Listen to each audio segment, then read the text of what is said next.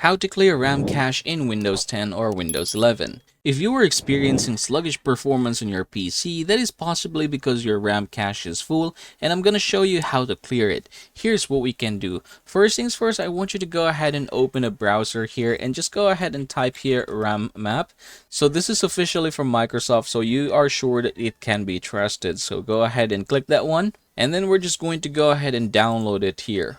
Now save it wherever you want and then click this one to open it, and then we're just going to go ahead and install it. In my case, I'm going to go ahead and click this version here. I'm just going to go ahead and click it.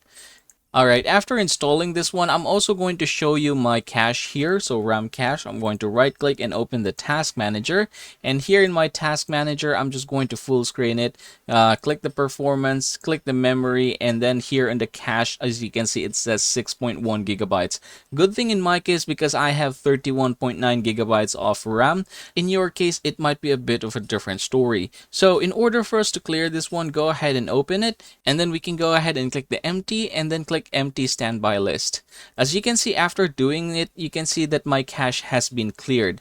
And that is how you clear your PC's RAM cache.